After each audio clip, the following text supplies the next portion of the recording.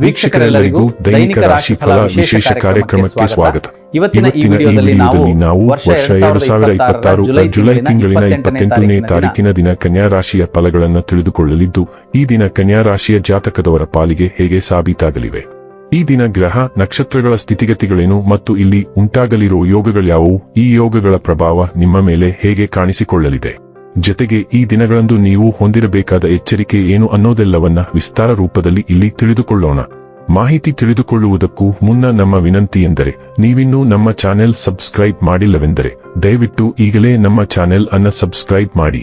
ಹಾಗೆ ನಿರಂತರ ವಿಡಿಯೋ ಅಪ್ಡೇಟ್ಸ್ಗಳಿಗಾಗಿ ಪಕ್ಕದ ಬೆಲ್ ಐಕಾನ್ ಕ್ಲಿಕ್ ಮಾಡಿ.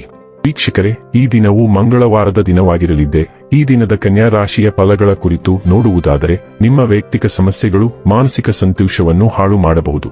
ಆದರೆ ಒತ್ತಡವನ್ನು ನಿಭಾಯಿಸಲು ಆಸಕ್ತಿದಾಯಕವಾದದ್ದನ್ನೇನಾದರೂ ಓದುವ ಮೂಲಕ ಸ್ವಲ್ಪ ಮಾನಸಿಕ ವ್ಯಾಯಾಮ ಮಾಡಿಕೊಳ್ಳಿ.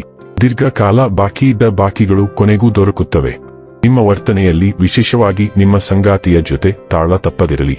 ಇಲ್ಲವಾದರೆ ಅದು ಮನೆಯಲ್ಲಿನ ಶಾಂತಿಯನ್ನು ಹಾಳಾಗಿಸಬಹುದು. ನ್ಯಾಯಯುತವಾದ ಮತ್ತು ಉದಾರ ಪ್ರೀತಿಯಿಂದ ಪುರಸ್ಕೃತಗೊಳ್ಳುವ ಸಾಧ್ಯತೆ ಇದೆ.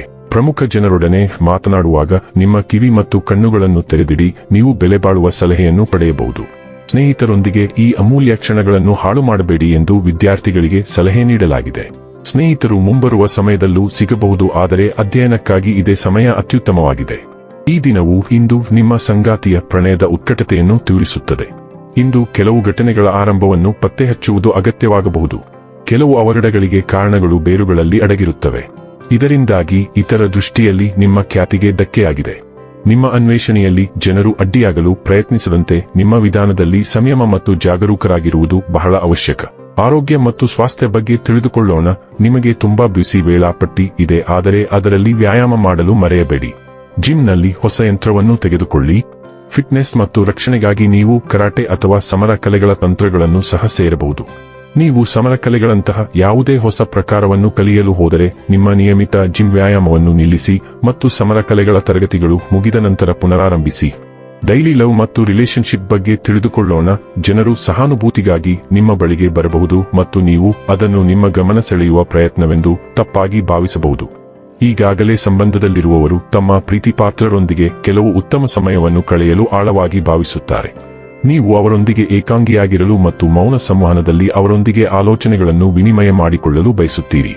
ವೃತ್ತಿ ಮತ್ತು ಹಣ ಬಗ್ಗೆ ತಿಳಿದುಕೊಳ್ಳೋಣ. ವೃತ್ತಿಪರ ವಿಷಯಗಳಲ್ಲಿ ಇಂದು ನಿಮಗೆ ಪ್ರಭಾವಿ ವ್ಯಕ್ತಿಯಿಂದ ಅಗತ್ಯವಾದ ಬೆಂಬಲ ಸಿಗಬಹುದು.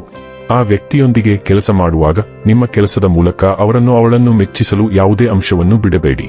ಬಡ್ತಿ ಅಥವಾ ಪಾದಯಾತ್ರೆಯನ್ನು ಸಾಧಿಸಲು ನೀವು ಏಣಿಯನ್ನು ಹಾಕುತ್ತಿರಬಹುದು. ಇತರರೊಂದಿಗೆ ಅದರ ಬಗ್ಗೆ ಮಾತನಾಡುವುದನ್ನು ತಪ್ಪಿಸಿ. ನಿಮ್ಮ ಕೆಲಸದ ಮೇಲೆ ಮಾತ್ರ ಗಮನಹರಿಸಿ.